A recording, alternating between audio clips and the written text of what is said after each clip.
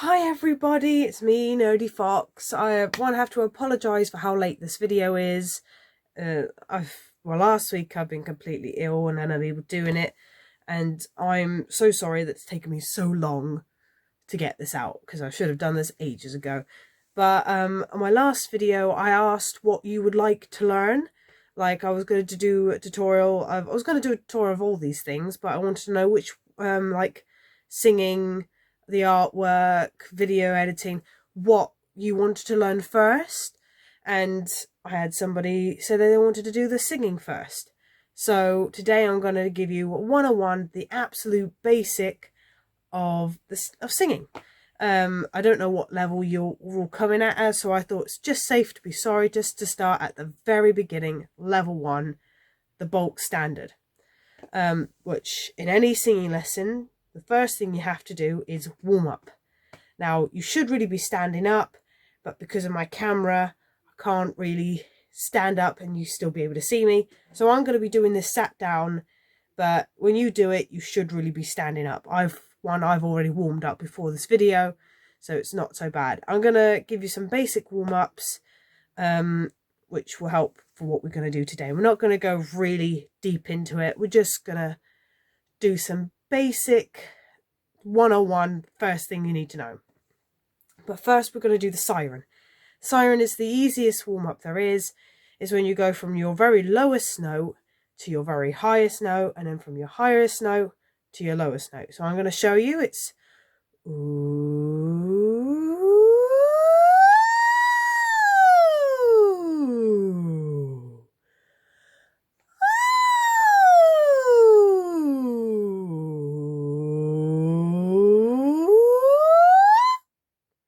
Just doing that a few times, just stretching your voice and warming it up. And another one is to go over the scales, which, to be honest, is something we're going to be doing mainly actually in the lesson. So let's do a little diction warm up to get our mouths moving. This one isn't as note specific. It's copper bottomed coffee pot. So I'm going to say it again slowly. It's copper bottomed coffee pot. Now, when you do it, you try and say it a little bit faster each time. So, copper bottomed coffee pot, copper bottomed coffee pot, copper bottomed coffee pot, copper bottomed coffee pot, copper bottomed coffee pot, copper bottomed coffee pot, copper bottomed coffee pot, copper bottomed coffee pot, copper bottomed coffee pot, copper bottomed coffee pot, copper bottomed coffee pot. And you're doing that to try and get your mouth moving. And another one, this is really to help with breathing. So we've done getting your voice more warmed up, getting your mouth warmed up. This one is to help with breath control. Also, doing this at least once every day will extend how long you can hold a note for. So take a deep breath in. Make sure you're breathing from your diaphragm and not your chest. So when you breathe from your chest, this happens. You see your chest rise up, your shoulders rise up, and you can't get as much breath in. But if you breathe from your diaphragm, this is what it looks like. Can you see the physical difference? And it's like inflating a balloon. So when you breathe in, your tummy goes out, and breathe out, and your tummy goes back in because you're losing the air. So what you do is take a big breath in, and you blow gently on your finger, and then you count the seconds in your head and how long it takes. That way you can know how long you can hold a note for, and it's gently expanding your diaphragm to how long you can hold a note. So we do that for a couple of seconds.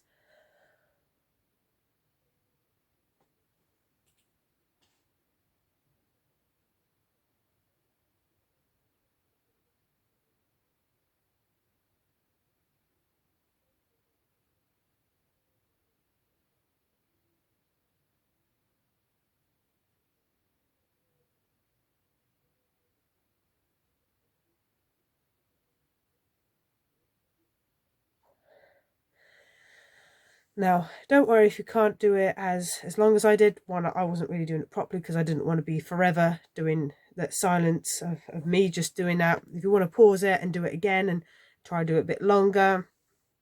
Fortunately, I breathed a bit too hard on my finger there for a moment. and then lost breath a lot quicker than usual.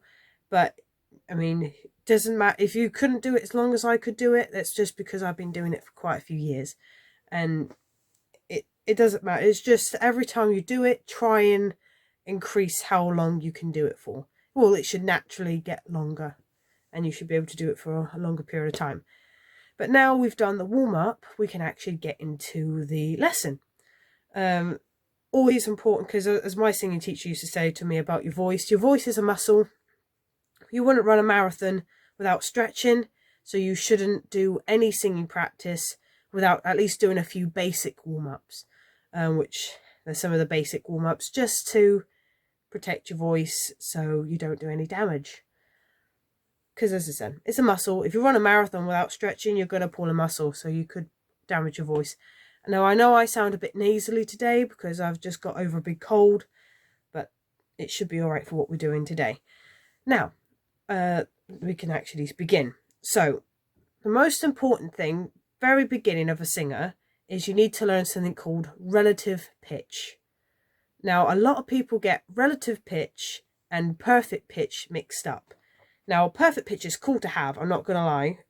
I know a few really amazing musicians have perfect pitch, but it's not the same as relative pitch. I know when I typed it into YouTube, they couldn't get the difference between relative pitch and perfect pitch. They are very different things, and it's a lot harder to learn perfect pitch than it is relative pitch.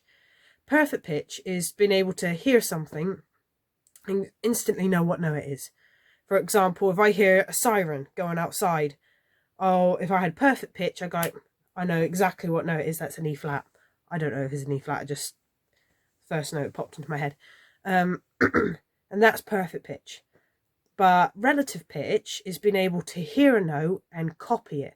Maybe not necessarily knowing what note it is, but to hear it and copy it. So if I hear a siren, I could mimic the sound with my voice, or hit the same notes as the siren with my voice. Now that, people that don't have relative pitch instantly think, I can't sing, I'm tone deaf. There's no such thing as tone deaf. It just takes a little practice to get relative pitch. Because once you've got relative pitch, well, obviously you've still got a lot of training to do to get the rest of the techniques all sorted.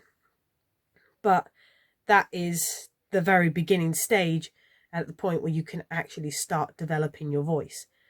So, I mean, when I learned relative pitch, because any musician that tells you, like, I was born with relative pitch, I just had it instantly, they're lies. I mean, most people, even if you don't realise you're training your relative pitch, everybody at some point does relative pitch training and doesn't even notice that they're doing it.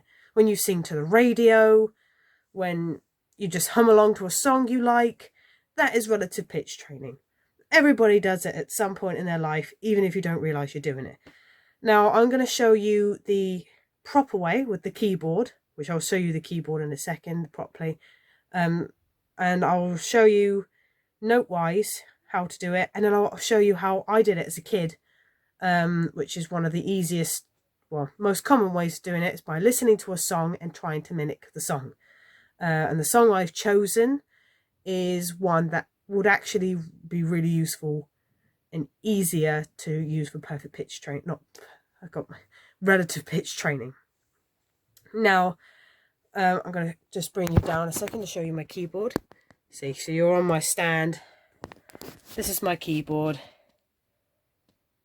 We're going to do some scales. So the first thing to do is to start with middle C. Middle C is always quite easy to find because it's, as it says, is the very middle note. And we're going to be learning the C major scale, which is the easiest because it's basically all the white notes. Ignore the black notes, and if you played just all the white notes, then you've got C major. So, as I show you here, this is middle C, which is the very centre of the keyboard. So C, D, E, F, G, A, B, and then back to C. Now, you don't need to see the keyboard from that point on, but that's what I'm going to be showing you. That don't need to memorise the notes. Not yet anyway, that's not relevant. You need to memorize how they sound and how to mimic the sound. So if you have a keyboard or a hat with a keyboard, I suggest that you do the scale. So it goes C, D, E, F, G, A, B, C, C, B, A, G, F, E, D, C. Sorry, I'm still a bit phlegmy from a cold, so I sound a bit nasally. And to do that, but you don't necessarily have to sing the notes. I mean, if you want to sing the notes on top, that's an extra bonus and you learn a bit more of music theory. But if you just want to hum, they go da da da da da da da da da da da da da da da da, and just keep going until you can hear that you're hitting those notes. And that is one way of doing it, doing that over and over again until you can hear that you're hitting the same note. Or, as I said, you can use a song, which I've set my laptop up here. I'm not going to show the video for obvious reasons, for copyright and stuff. But I'm going to play you a little bit of the song. I'm sure all of you know it. It's a very famous song from The Sound of Music. It's Do a Dear. Now, the reason why I've chose this song is because it's basically a song based around exactly what I've just shown you on the keyboard. Because as well as the actual notes with C, D, E, F, G, A, B, C, in singing, a lot of people go do, re, mi, fa, sol, la, ti, do, which is the exact same scale, the exact same notes, but in singing, as you probably know from the song, there's do, re, mi, fa, sol, la, ti, do, which is the exact same scale. So it might be easier to put it in relative to a song to learn it. I mean, how I learned relative pitch was when I was a little kid, sat in my bedroom listening to Disney songs and just singing it over and over again, going over and over again, the Disney songs, until I got in my head that I sounded like I was hitting the notes. It's no different. It's just however you personally learn. So we're going to just do, I'm not going to do the whole song. I'm only going to do that bit of do, a dear, a female dear, to give you an idea of what to look at trying to train yourself relative pitch. Do, a dear, a female dear, ray, a drop of golden sun. Me, her name, I call myself, far a long, long way to run.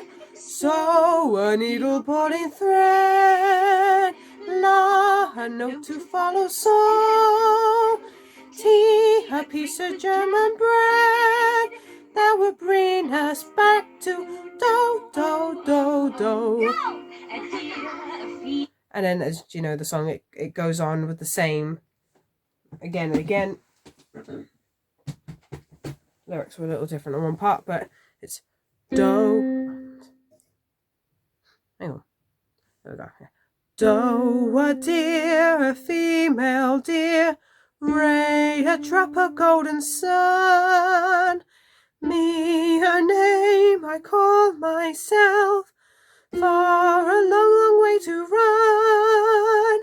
So a needle pulling thread, la, a note to follow, so tea, a piece of German bread that will bring us back to do. Let's go. I think she goes a higher octave when she does that. Do. Yeah, that octave, yeah. Bring us back to do. And then, if you're curious about the song, on the way down, she goes do, do, do, do. That's called arpeggios. And arpeggios is basically every other note in the scale. So, as I said, C is do, re. So it's just C, D, E, F, G, A, B, C. Arpeggio would be C, So because she does the arpeggio down, so it would be C, A, F, C, or the same upwards would be C, E, C, E, G. Okay, it's slightly different on the way up than on the way down. Because on the way up it's... And on the way down it would be...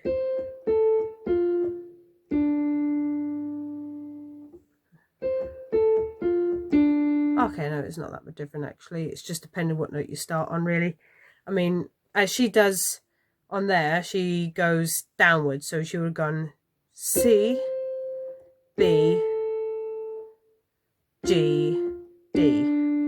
I wouldn't go back to the C. But arpeggios, that's just getting into an advanced stuff that's focus on relative pitch first. Once you're able to hear the notes and mimic the notes exactly, either by just going through the scale of C. I recommend using the C major scale because it's the easiest to learn if you don't know any music theory, as it's just all the white notes, no black notes, just all the white notes straight out.